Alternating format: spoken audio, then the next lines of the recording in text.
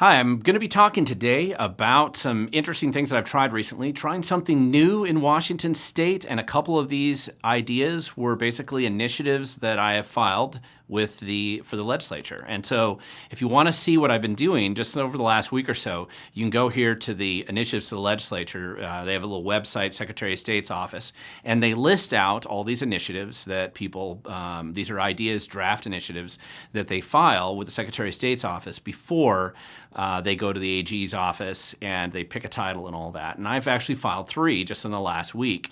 And these have to do with judicial transparency and a series of reforms that I think you're going to be interested about.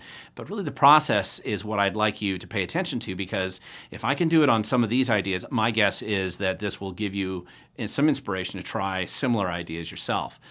Now, before we get to that, I want to just remind everybody, if you like this video or you like this channel, please make sure you subscribe, share it with others. You can text it to other people.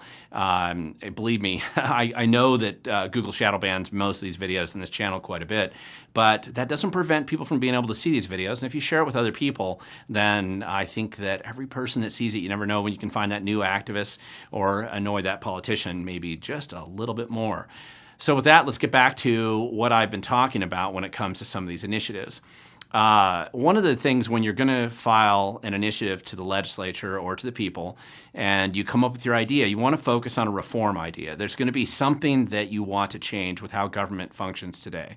I'm focused on the judiciary, and I'll get into the details on that in a minute, but you want to come up with an idea and have it be fairly tangible and focused. Then the second thing is you want to think about, how does that idea actually work in a statute or in the law? Try to get as tight as you can, get an understanding of what type of laws you're trying to impact with it. And then I think once you have that idea, share it with others, and maybe you come up with different ideas. It's a relatively simple process to go through, and it's a worthwhile exercise to go through, especially if you want to have that reform in the future. And again, as I've mentioned from the beginning, I believe that we have a problem with our legal system in Washington State, very specifically with our judges and the judicial system that we have here today. I believe that it's very biased. I think there's a substantial problems. I personally experienced it in some of my many lawsuits that I've been involved in over the last 5 years or so. And those experiences color my tendency to look at things that I believe we can probably fix and improvements that we can make in the judicial system itself. It's not so much that our judges are necessarily taking bribes or anything else, but my sense is that the judges are basically, they're not fair and impartial. They significantly bias the decisions that they come to.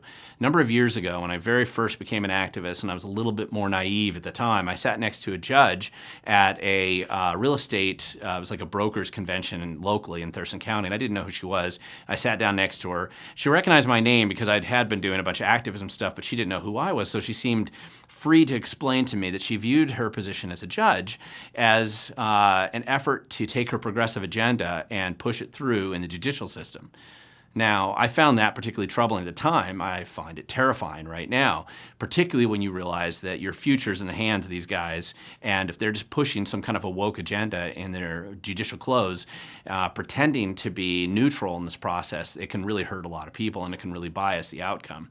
So I believe that the judicial system, and I have plenty of evidence for this in our state, is clearly unduly influenced by a lot of special interests. Doesn't mean it's always cash, doesn't mean it's always money, sometimes it's just a belief system.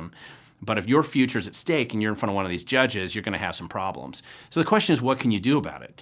And I think that there's a number of ways to approach this, so maybe find other solutions that are a little bit more effective. Let's talk about some of these proposals that I made just recently, and they get drafted up at the Secretary of State's office first as an idea, and then see where they go from there. So the first thing I thought about is, let's look at judicial transparency. Right now, people don't realize that even though all the other elected officials and bureaucrats in Washington State are subject to the Public Records Act, which is RCW 4256, it turns out judges conveniently exempted themselves from this act. Now, this was originally an initiative passed in 1972 by the people. It was codified later by the legislature, and somehow in this process, the judges, I'm sure not by accident, basically exempted themselves from the statute originally, even though it said nothing about them. So I think we need to make it very clear that they are subject to the Public Records Act. That includes their emails and their text messages and who exactly they're communicating with and who's influencing them. I think that's very important, and it's a very simple change to the existing statute. So that's one of my proposals. The second thing is, just like judges under RCW 4217A require under our campaign finance laws that anybody who participates in the political process, when you do a mailer or anything else, you have to identify who your top 5 donors are to a political campaign. I think that judges should be required to do the same. And the only way to realistically do that with a judge is for them to wear a placard on the front of their robes when they're in official business that identifies, says paid for by, and their top 5 donors to their political campaign.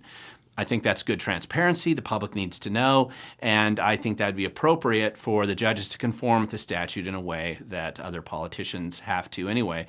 I actually like this idea for the state legislature as well, but this at least gets the ball rolling with the judges.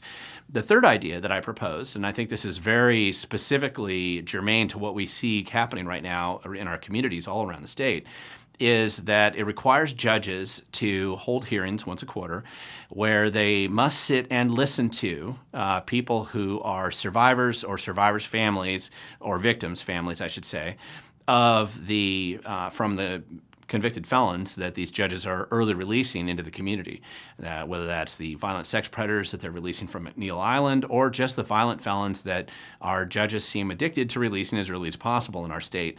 I think that the judges should be required to actually have a direct feedback mechanism for the public, those who are victimized by these guys when they should have been in prison, to actually be able to go and address the judges so that at least it gives them a little bit more feedback in the decision-making process that they have. Right now, judges are completely immune and isolated from that. They don't hear from those victims at all outside of just some limited courtroom hearings, and it's easy for them to dismiss the victims of crime, which they do all the time. And so if they're going to release these criminals early, then they're going to have to listen to the people who are directly impacted by the violent felons that they release on the streets.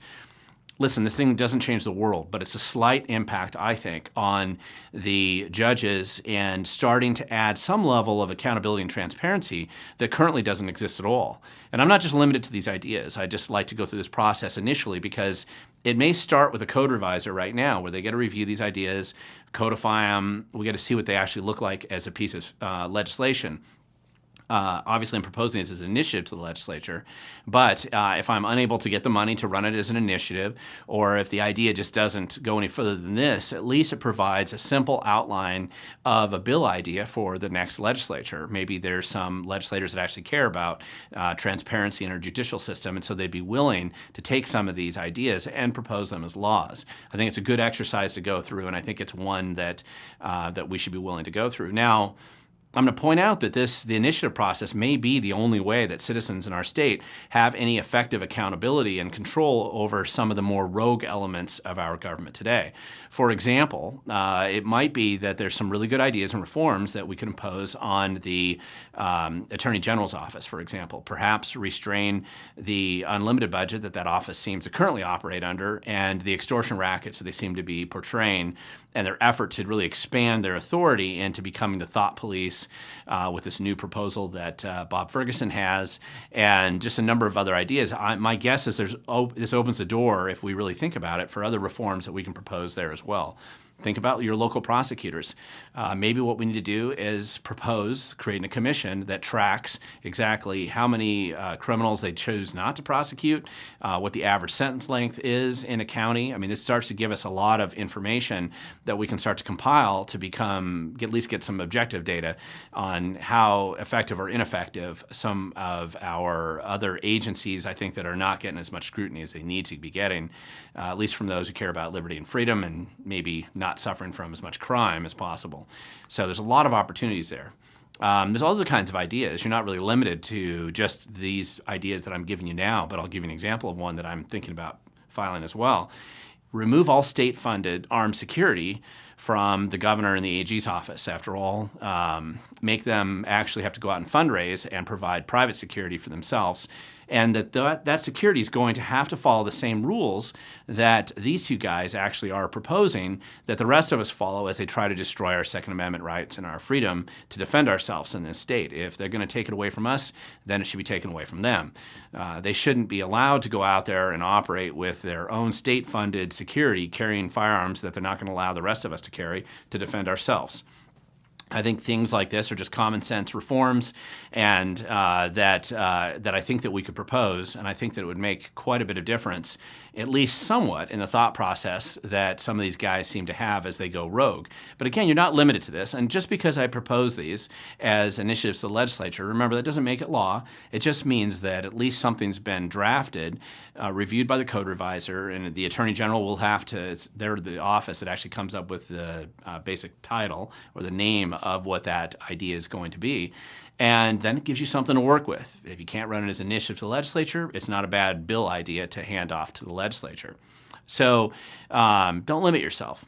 Sometimes I think as activists and as people who care about liberty and freedom, we kind of limit ourselves to only dealing with election issues or only dealing with testifying to the legislature, both things that are very important and you don't want to let those go. But there's all kinds of other things you can do as an activist to start to push liberty and freedom or changes or reform or transparency, whatever it is that you want to do.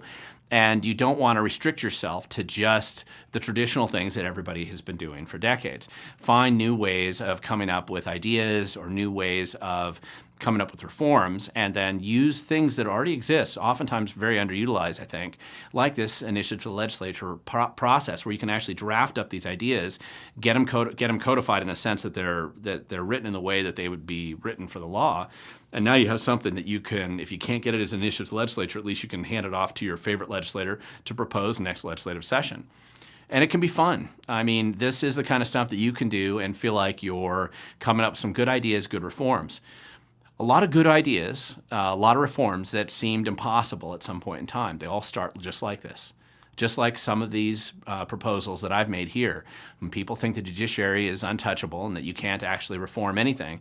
But all reform starts with good ideas or proposals. It doesn't mean the three that I propose are the world-changing events that I'd like them to be. There could be lots of others that are even better. And so give me your ideas. Maybe learn how to do this yourself as well. So there's more of us filing these. It does cost you a little bit, but it won't break the bank if you're efficient with your time and you're willing to actually get involved and do something like this. So share your reform idea. Share it with me. Talk to others. File it yourself, one way or the other. And secondly, I'd like it if you filed it yourself, but you can share it with me, and I don't mind trying to file a lot of other good ideas. There's some good ideas out there. But in the end, like anything else, the future is going to be what we make of it, and the future is going to belong to those who show up.